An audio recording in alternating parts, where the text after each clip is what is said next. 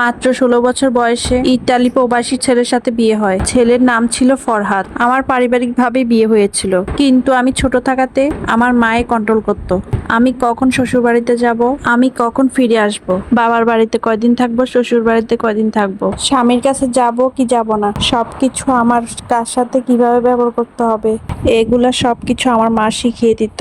আমিও সেরকমই করতাম, কারণ আমার মা ছোটবেলা থেকে চোখে চোখে করে মানুষ করেছে। আমার দুইটা ভাই ছিল, দুইটা ভাইয়ের পরে যেহেতু আমি অনেক আদরের ছিলাম, ছোটবেলা থেকে আমাকে আদর করে আমাকে যা চাইতাম তাই আমাকে এনে দিত। এই জন্য আমার স্বামীর সাথে যখনই কথা বলতাম আমার মা সবকিছু শিখিয়ে দিত।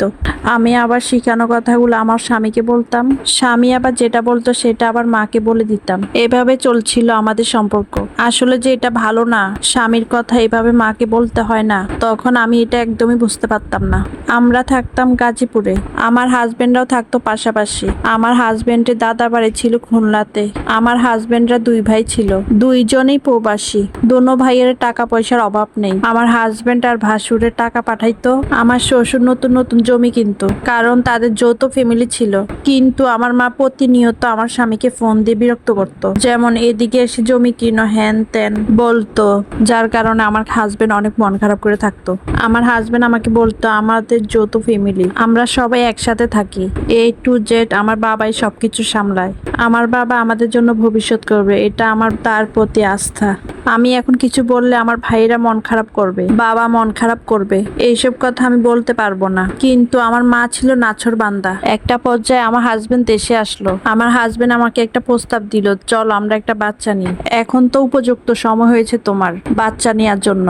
কিন্তু না, আমার মা তো সেই ক্ষেপে গেছিল, আমার মেয়ে ছোট, এখন বাচ্চা নিতে পারবে না, অনেক দেরি আছে এখনো। আমার হাজবেন্ড আমার মাকে বলছিল, মা আমি এবার গেলে অনেক দেরি করে আসবো বাড়িতে, তার জন্য এই টাইমে যদি বাচ্চা হয় ওই দেশে থেকেও আমি শান্তি পাবো। কিন্তু আমার মা এটাতে রাজি ছিল না। আমার মা একটাই টেনশন ছিল যে আমার বড় দুইটা ভাইকে বিদেশ পাঠাবে, সেটা শুধু আমার স্বামীর মাধ্যমে পাঠাবে।